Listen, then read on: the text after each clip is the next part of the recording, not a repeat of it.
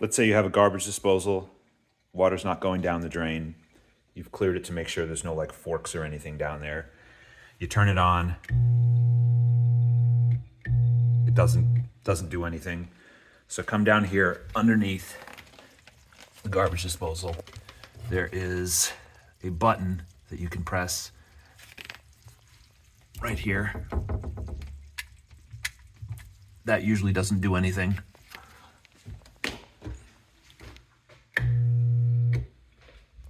But if you get a hex key, and again, look under here. See this? Twist and turn that a couple times.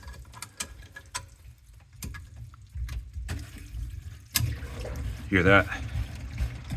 Can you hear that? Do that a few times. Okay.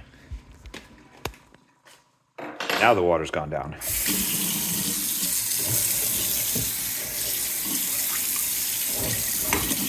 That should clear it up.